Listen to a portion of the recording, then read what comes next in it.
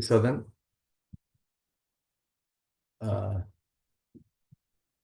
The Bhakti Southern name, Prabhu's Sriva Sangan chapter of ISKCON Seshadevaram. ISKCON Seshadevaram, Prabhu, direct. Yeah.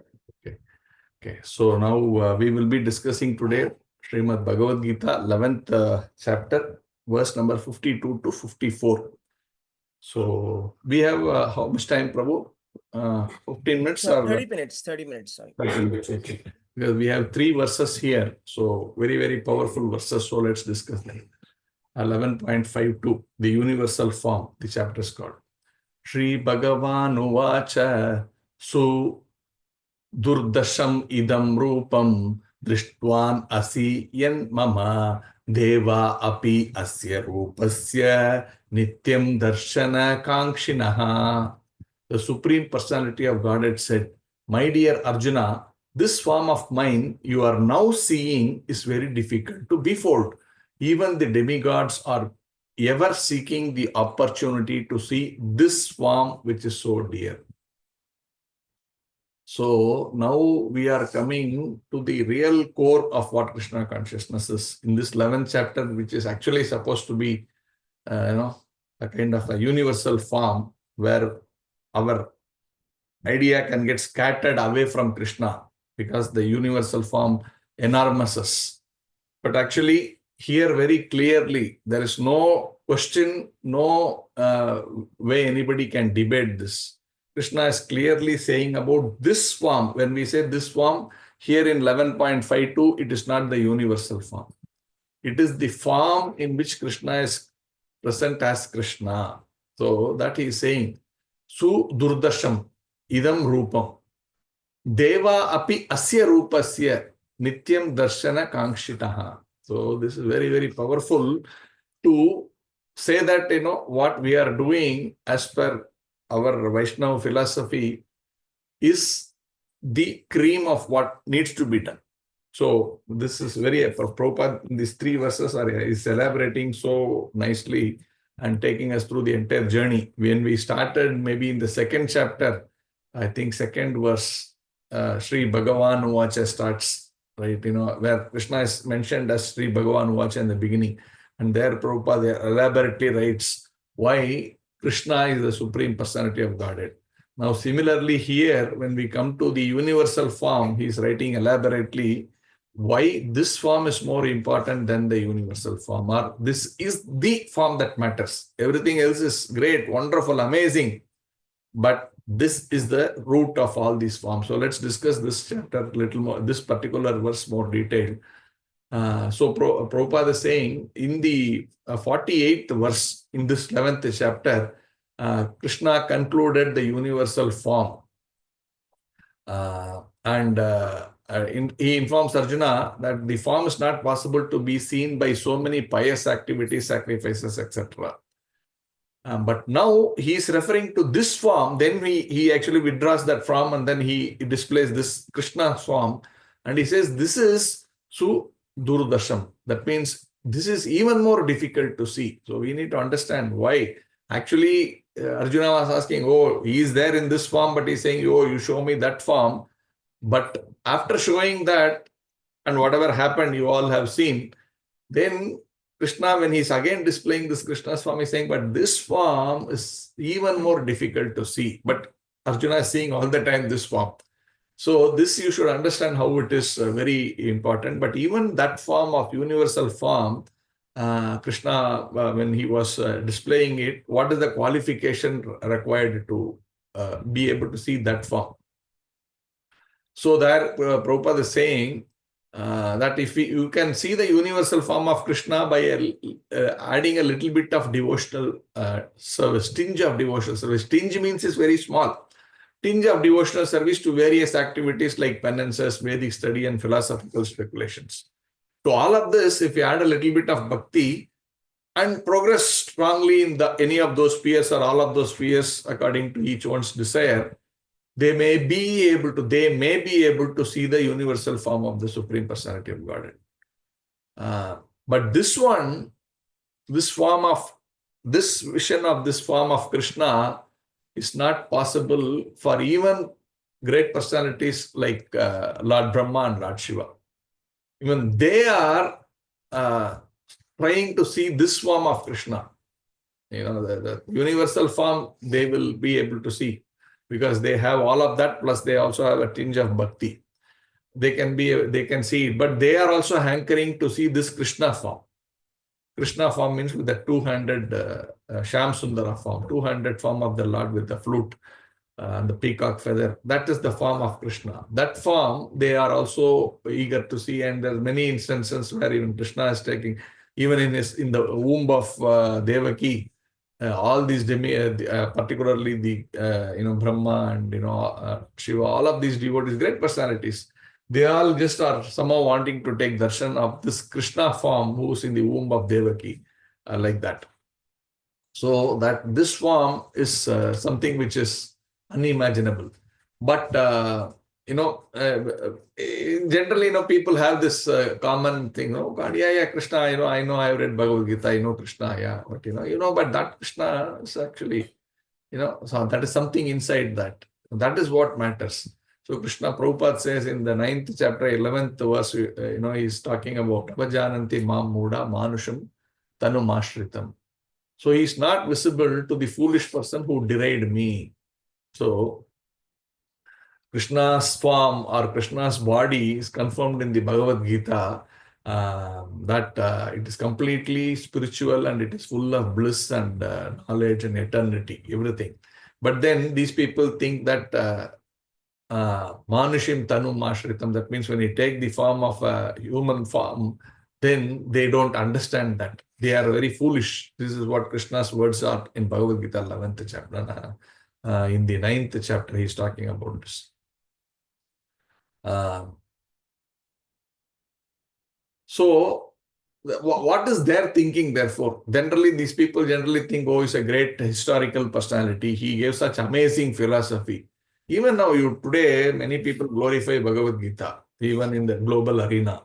But their thinking is, this Bhagavad-gītā was spoken by Krishna, which is like amazing philosophy.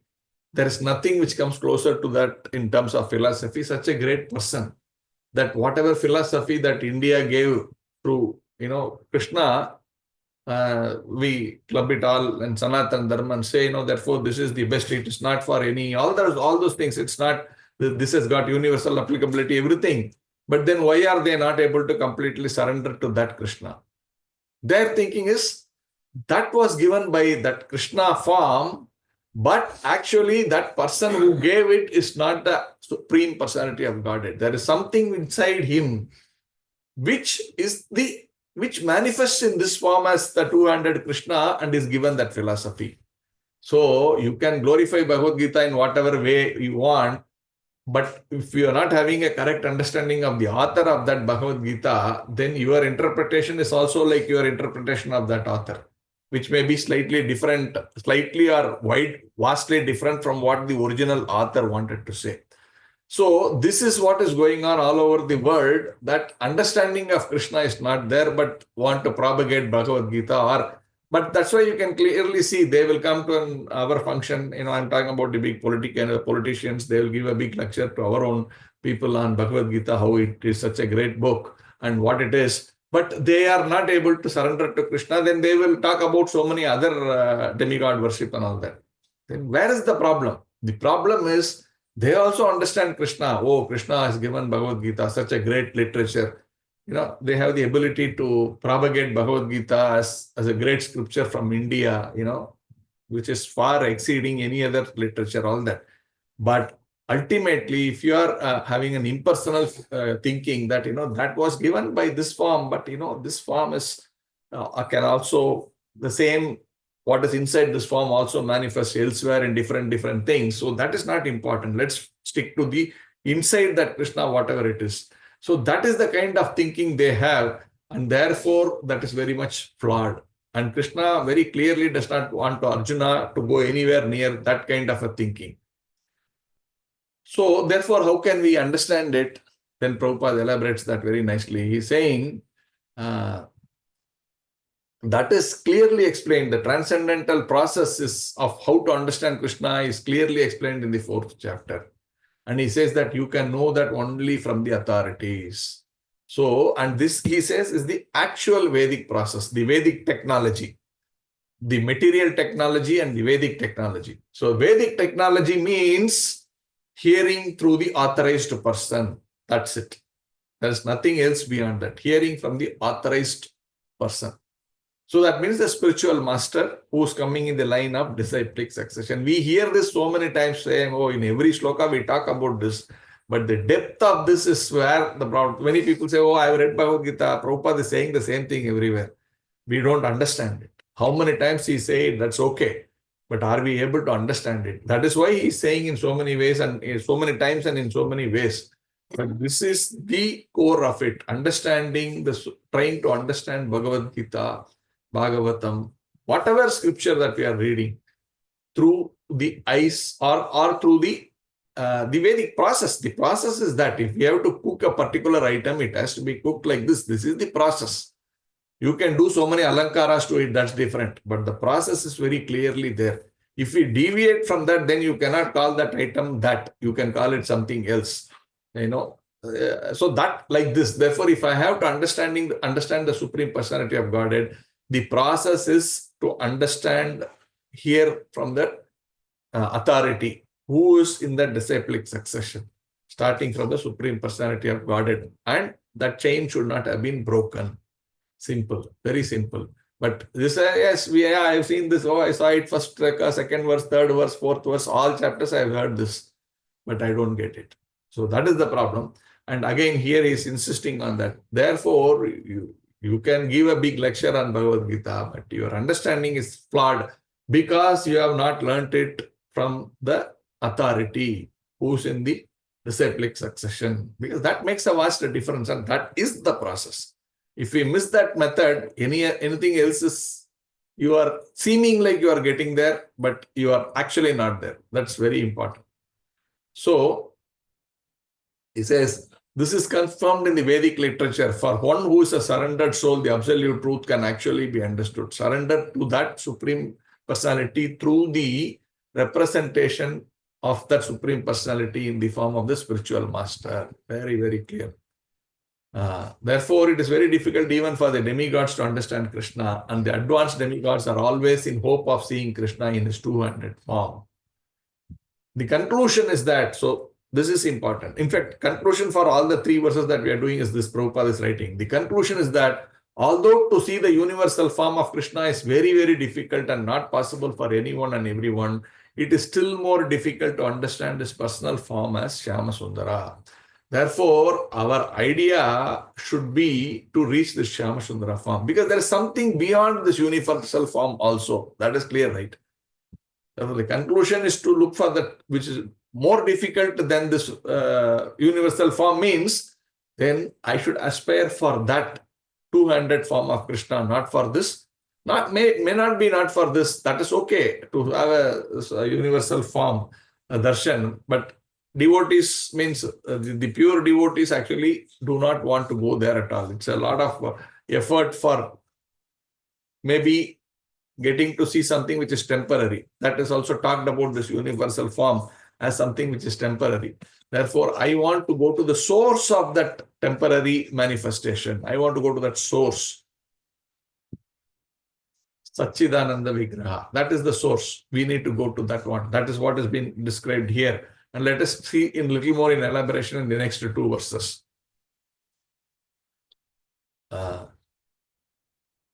Aham vedairna tapasa na dhanena na chejjaya sakya evam vido drishtvan asi mam yata.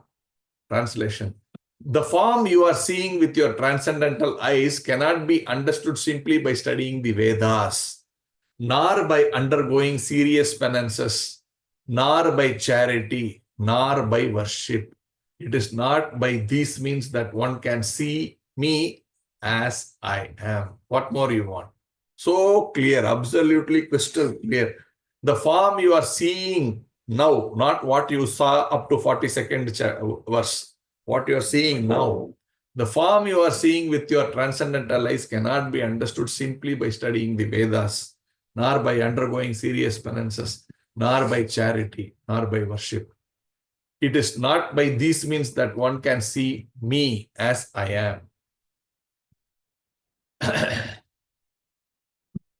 So, Prabhupada doesn't write much here because the earlier and the next one will be having all more details. So here the important thing is saying, for scholars who have simply studied Vedic literature by way of grammatical knowledge or mere academic qualification, Krishna is not possible to understand. Nor is he to be understood by persons who are officially go to the temple to offer worship. Officially go to the temple. That means, yeah, I also go to the temple. Everybody goes to temple in India. Nothing great about it, right?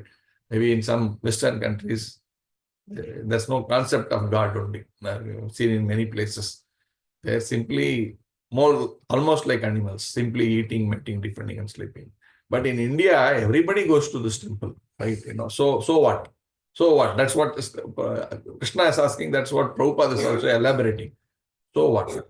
Who officially go to the temple to offer worship, they make their visit, but they cannot understand Krishna as he is. Krishna can be understood only through the path of devotional service, as explained by Krishna himself in the next verse. So in the next verse, this entire things that he's talked here, right? Simply study of the Vedas, nor by undergoing serious penance, nor by charity, not by worship. He explains that even a little more deeply in the next verse. And also about, the personal form as this.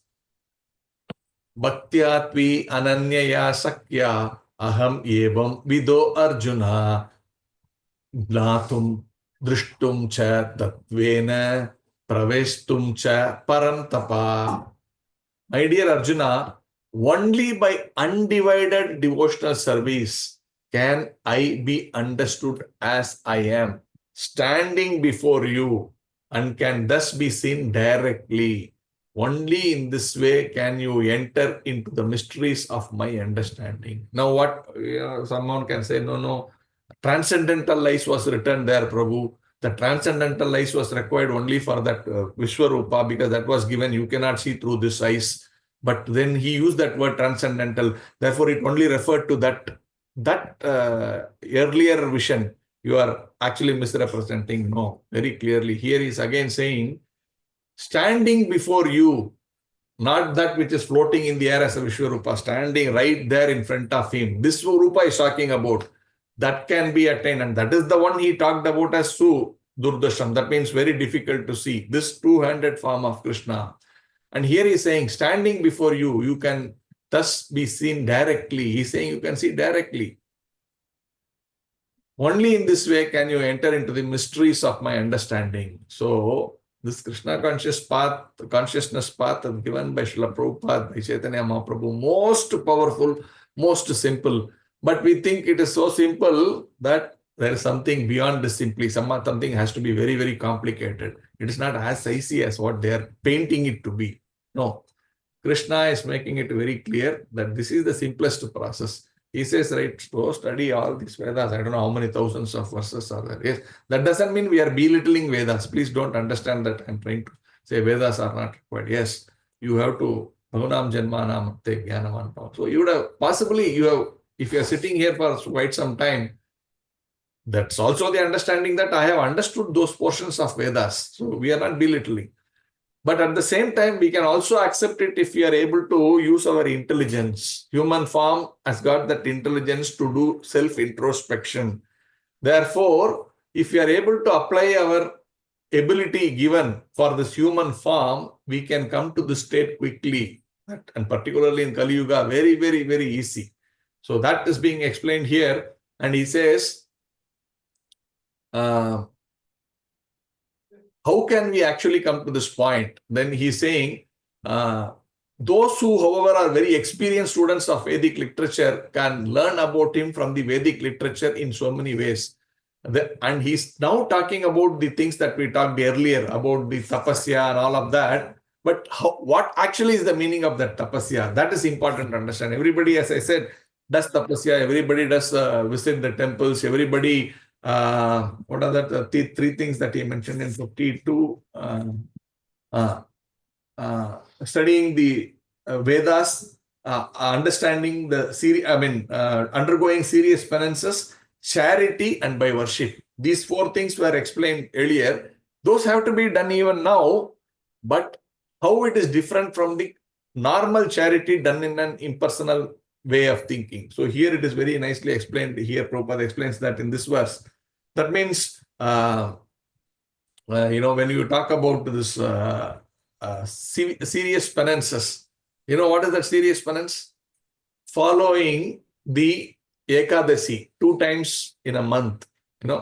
That's Prabhupada is actually taking this example. For example, he's writing, I'm reading what he's writing. To undergo serious penance, one may observe fasting on Janmashtami, the day on which Krishna appeared, and on the 2 days of Ekadasi. Just imagine serious penance, right? So simple, but it is serious penance, which is basically following fasting on Ekadasi and and on Janmashtami and these 2 Ekadasis which have fallen in a month. Like this, there are other, he's taking for example, but then you understand these are the things which are prescribed in the Vaishnava philosophy for pleasing Krishna. Whatever is given like this, not to do very, things penances which are actually torturous. Right, many people do different things like piercing their body, walking on fire. So many of these things are not required. But what is given are simple like this: Ekadasi fasting, Janmashtami fasting. There are other also Chaturmasya fasting. Simple things. You give one item specifically. That is nice. You just follow that clearly what the acharyas have given and be very confident. I am on the right path. So then he's also talking about charity. What is that charity given? So many people think philanthropy, I have to do a lot of philanthropy. Yes, you have to do a lot of philanthropy, but where you do that is important. The philanthropy is to be given to the propagation of or in this devotional service of the Lord. That means that money to be used in the devotional service of the Lord. Either we do it ourselves by, it could be for, for example, distributing prasadam to devotees, building temples, or propagating the message of Godhead through various, preaching programs. There again, prasadam has to be given, place has to be taken, hall, rent, so many things come into play. But all of that, for that, if we are giving our money, that is the actual philanthropy, that is the actual charity. And, it's very clearly mentioned, giving Krishna consciousness is the highest philanthropy. And we all say that, Namo Mahavadanyaya Krishna Prema Pradayate Krishnaya Krishna Chaitanya. Namo Mahavadanyaya. That means Lord Chaitanya was appreciated by Rupa Goswami as most munificent man of charity. Why? That is the biggest charity. Why he was Namo Mahavadanyaya? Because he gave the charity of Krishna Prema Pradayate. Because that is the highest. Therefore, you are such a munificent personality. And if you are following Chaitanya Mahaprabhu, you are also a munificent personality, right? You attain my nature. Means not that you become God or I become God by following, but we are elevated in that consciousness to the platform of the lotus feet of Krishna. That is the most important thing. That means the devotee is not different from Krishna. In that sense, not that I am also Krishna. No, we are getting closer to Krishna. We are becoming very, very close. That sometimes when we love someone so much, we say you and I are the same. We say that means we are thinking in the same manner. It's like that. So it's like that is the mood. That means I am completely aligned to Krishna. I am completely aligned to Chaitanya Mahaprabhu. Not that I immediately merge with Krishna or I merge with Chaitanya Mahaprabhu. That was not the word that we need to understand clearly. That Krishna is the Supreme Personality of Godhead. I am his part and parcel, but I am his eternal servant. That means I am separate from Krishna, but I am part and parcel of Krishna. And my job is simply to be serving that whole. Therefore, I remain as part of that whole. That is the meaning. Now, and about worship, offering worship was the other one that was discussed. this offering worship, how it is Prabhupada is writing, all devotees, all those who are intending to see Krishna directly, they should actually take up worship of the deities. So we have wonderful deities, Jagannath, Baldev, Subhadra, then our Gaurangi, Bengalureshwara, then Nitai Chaitanya, Narasimhadev. See, Vamanadev, so many wonderful forms of that Lord we are having in our temple and also in our homes. Many of us may have deities. Worship those deities so nicely, perform nice Mangalarti, offer nice Bhoga, possible, do nice Abhishekam to their lordships, then dress them up nicely, worship them so nicely. And Prabhupada is quoting some other verse where he's saying, for the beginners in devotional service to the Lord, temple worship is essential. And this is confirmed in the Vedic literature, Svetasvatara Upanishad 6.23. Yasya deva para bhaktir yata deva tata guru tasyaiti katita hi artaha prakashante mahatmanaha. One who has unflinching devotion for the Supreme Lord and is directed by the spiritual master, in whom he has similar unflinching faith, can see the Supreme Personality of Godhead by revelation. One cannot understand Krishna by mental speculation.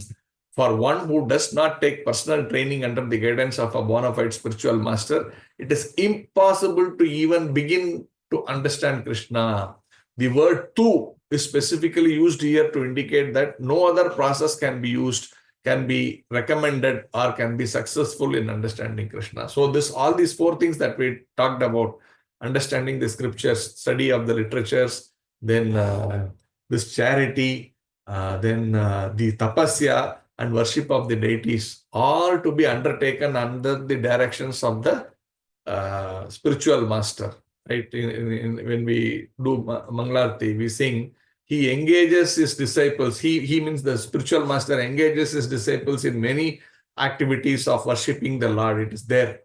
So that is important. And this is exactly directly corroborated to that he guides us to do all these things nicely. And when we do this, then we can have a complete understanding of Krishna and we can see Krishna directly. Then,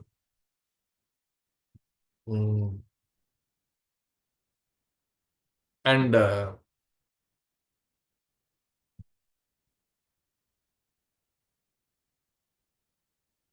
this universal form of what Arjuna saw was temporary. That also he says. The words Tvat Anyena na drishta purvam states that before Krishna, no one had seen that universal form. Also, they suggest that amongst the devotees, there was no necessity of showing it. This form was exhibited by Krishna at the request of Arjuna, so that in the future, when one represents himself as incarnation of God, people can ask to see his universal form. So he's saying, actually, this universal form is temporary, but still, why does Arjuna has to see it as a pure devotee? But devotees really do not want to see it. Arjuna's intention was not to get awed by that. His intention was to have that seen so that it is recorded there. So all these people can also use that knowledge to say, when someone says tomorrow, I am God, oh, please show me the universal form. Let me see.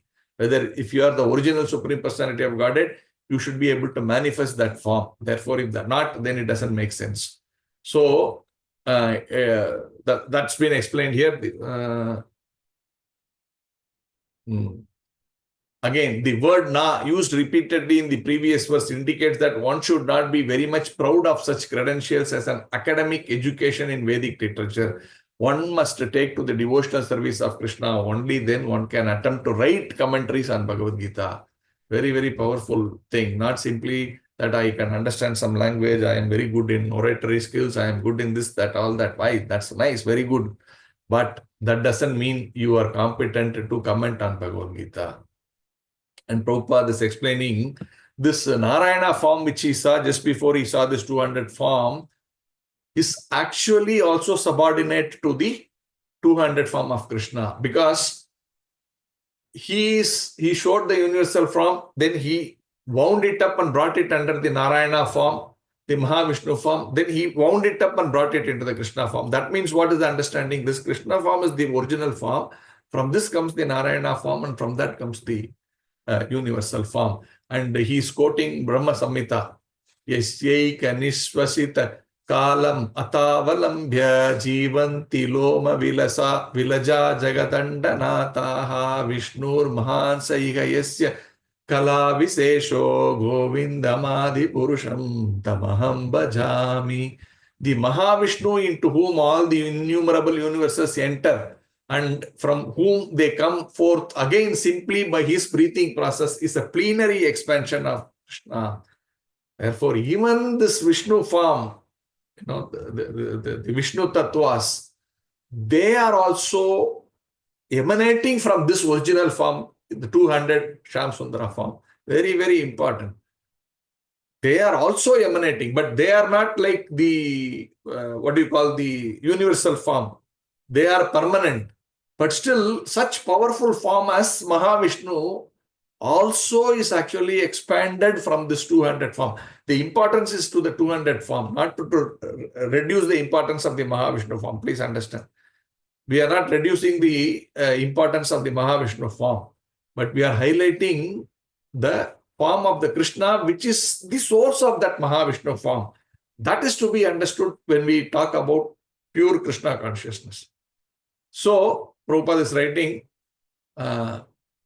therefore I worship Govinda Krishna, the cause of all causes. Therefore, one should conclusively worship the personal form of Krishna as the Supreme Personality of Godhead, who has eternal bliss and knowledge. He is the source of all forms of Vishnu. He is the source of all forms of incarnation. And he is the original Supreme Personality as confirmed in Bhagavad-gītā. Again, Satchidananda Vigraha is talking about other verses. He's also quoting Gopala Tapani Upanishad. Again, it is said, I offer, this is also nice, I offer my respectful obeisances unto Krishna, who has a transcendental form of bliss, eternity and knowledge. I offer my respect to him because understanding him means understanding the Vedas, and he is therefore the supreme spiritual master. The verse from the Gopala Tapani, this is the translation. And it is also said, he is also quoting Srimad Bhagavatam, where it is also mentioned Krishnastu Bhagavan Swayam, Krishnastu Swayam Bhagavan, Krishnastu Swayam Bhagavan. That means of all of these various incarnations, so many elaborate expansions, but Krishna, because in Bhagavatam it describes all the incarnations, but when it comes to Krishna avatar, that has also been explained. But there it is explained that this is not an avatar, that he is Krishnastu Swayam Bhagavan. That is explained, he is saying. So, that many such things Prabhupada is quoting there. Therefore, finally, we need to understand, therefore, this form may be seen, this form may seem wonderful to persons who are involved in elevating themselves by fruitive activities, talking about the universal form.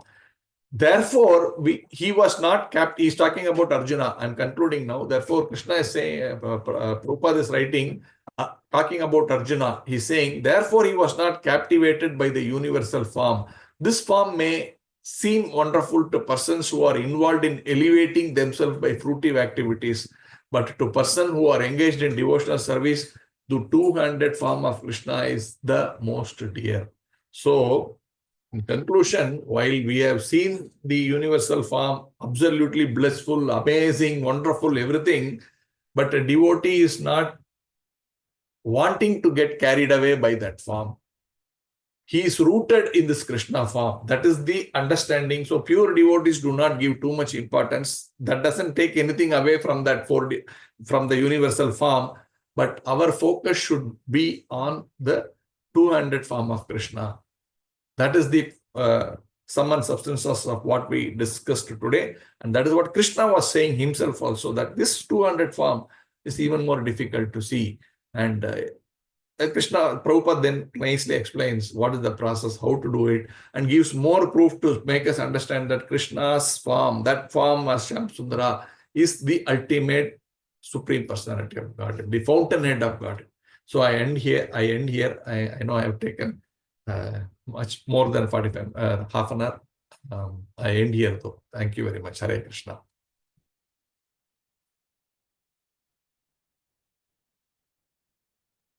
Hare Krishna Prabhuji, Dandavat Pranam Prabhuji. Thank you, Dandavat. Prabhuji. Dhanavad Pranam. Hare Krishna Prabhu. Thank Dandavat you. Pranam. Hare Krishna Dandavat Pranam. Prabhuji, Dandavat Pranam. Dandavat Hare Krishna, Pranam. Prabhuji, Dandavat Pranam. Thank you very much. Dandavat Pranam to all devotees. Thank you very much. Sri Hari Prabhu, over to you. Thank you, Prabhu. Hare Krishna.